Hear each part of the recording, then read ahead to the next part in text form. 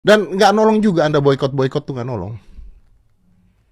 Apa misalnya Starbucks, Anda boykot apa? Gue mau Starbucks, nanya produk Israel apa sih yang ada di Indonesia? McD. Israel? Oh, enggak sih ya.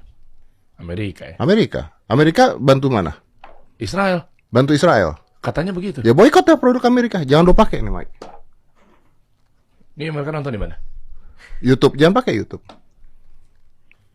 Nggak bisa. Nggak, pola berpikirnya nggak seperti itu.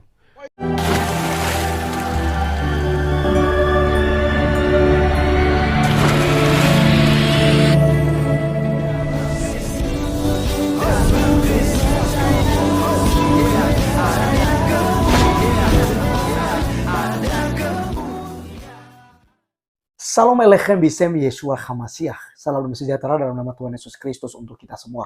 Teman-teman sekalian, pada video kali ini kita akan membahas ya mengenai boykot non-boykot produk Israel. Teman-teman sekalian, ini masih trending, masih viral di berbagai macam media yang ada di Indonesia. Nah, kali ini teman-teman sekalian, kalian melihat tadi dan mendengar apa yang disampaikan oleh Om Deddy Kobzar bahwa apa yang mau diboykot gitu. Mau boykot produk Amerika atau mungkin MC Donald ya. Yang rugi di situ seperti yang kita bahas di video sebelumnya bukan Israel. Yang rugi justru orang Indonesia sendiri, karyawannya. Ada 4.000 karyawan orang Indonesia, kalau diboykot itu ya, mereka harus kehilangan pekerjaan dan mereka tentu saja susah untuk menghidupi diri mereka sendiri, istri, dan anak-anak mereka. Nah, oleh karena itu, ini suatu hal yang sangat-sangat merugikan kita jika kita memboikot produk-produk daripada Israel.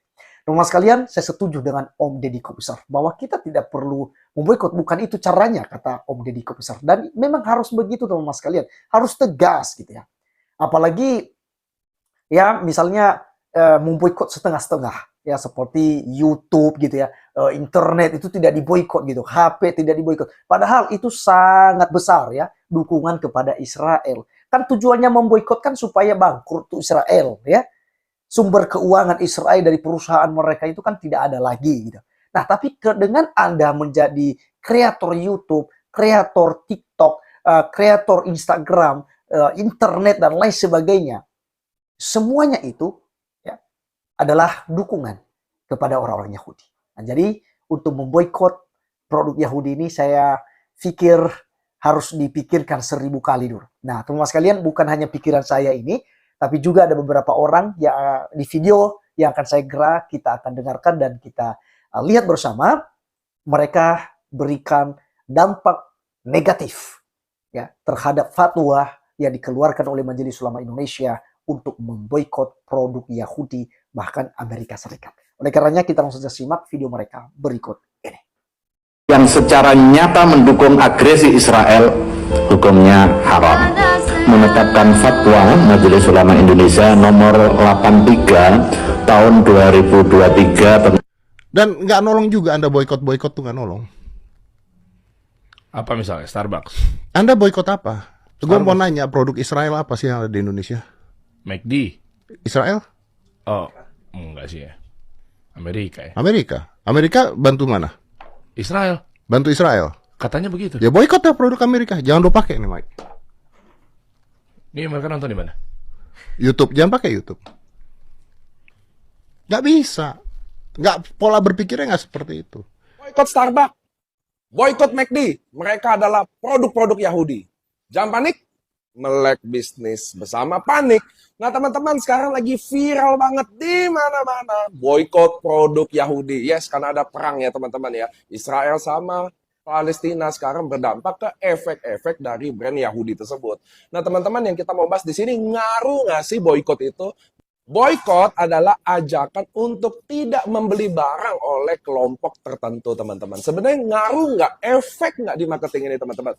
Ngefek, tapi hanya sifatnya sementara, guys. Jadi brand-brand yang diboykot oleh golongan tertentu ini sifatnya hanya sementara. Jadi dampak luasnya nggak ada. Dampak panjangnya nggak ada, teman-teman. Kenapa? Karena sifatnya rata-rata adalah emosional. Meskipun brand-brand Yahudi ini seperti McD di Indonesia udah lakuin official statement loh teman-teman. Kalian bisa baca di sini ya.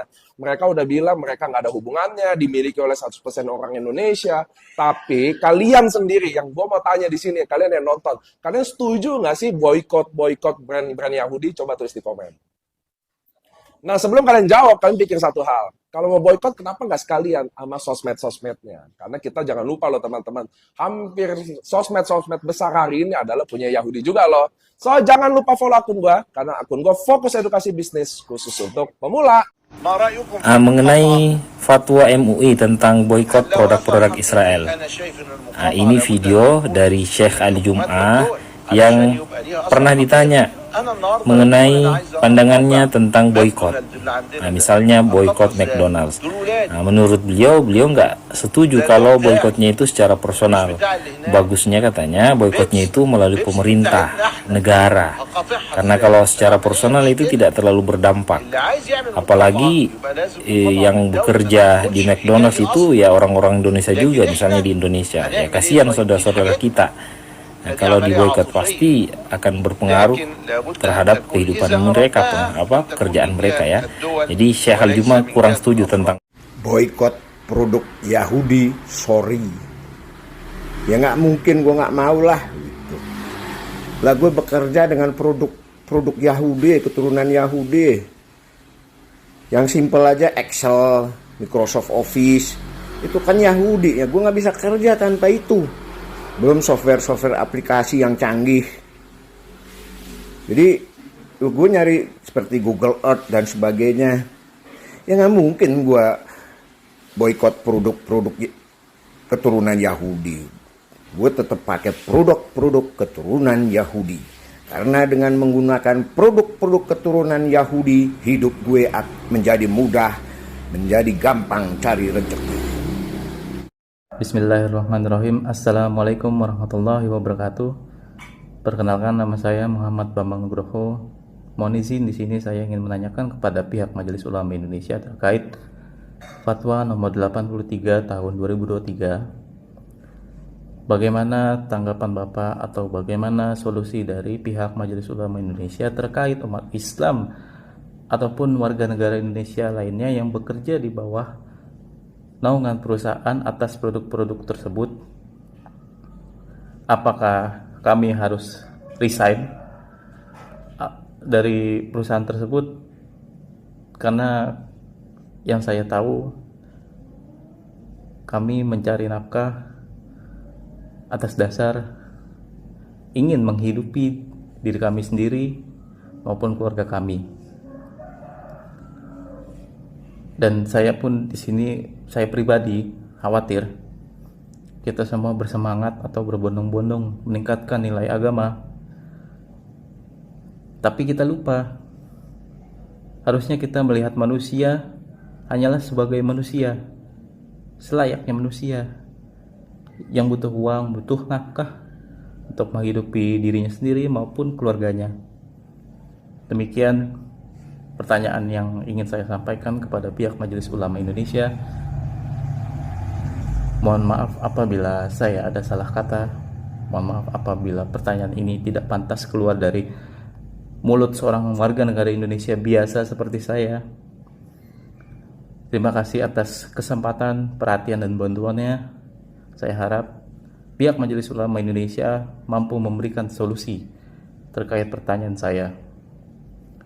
Demikian, wassalamualaikum warahmatullahi wabarakatuh. Kita sepakat fatwa dalam rangka mendukung Palestina memang penting dan wajib. Tapi ingat, juga mesti tepat sasaran.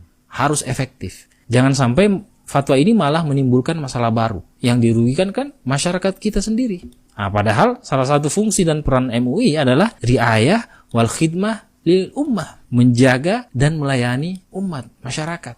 Jangan sampai ibarat pepatah, gajah di depan mata tidak terlihat, semut di seberang lautan terlihat dengan jelas. Jangan sampai seperti ini. Kata Syekh Ali Jum'ah tadi, atifian. Memang semangat perlu, tapi jangan modal semangat doang, harus efektif. Saya ingat dulu, semangat 212, bikin minimarket tandingan untuk melawan hegemoni Alfamart, Indomaret, dan kawan-kawan. Tapi pada akhirnya tokonya bangkrut, tutup, bahkan banyak yang menimbulkan masalah. Nah, karena mungkin semangatnya besar tapi kurang dalam manajemen pengelolaan. Nah, idealnya bagaimana? Jangan hanya mengkritik Ustaz.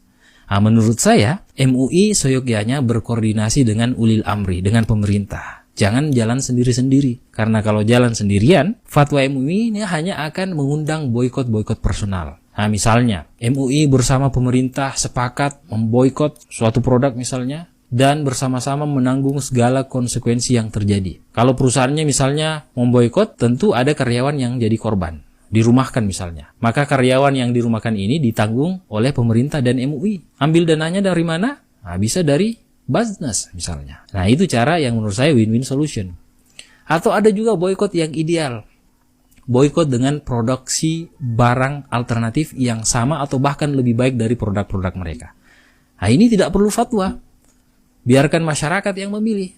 Nah, tentu masyarakat akan memilih yang lebih bagus kualitasnya, yang lebih baik dari produk-produk mereka. Nah, saya kira itu boikot yang lebih cerdas. Tapi ini saya kira jangka panjangnya, tapi insya Allah kita harus bisa untuk membuat produk-produk yang sama atau bahkan lebih baik dari produk-produk dari mereka.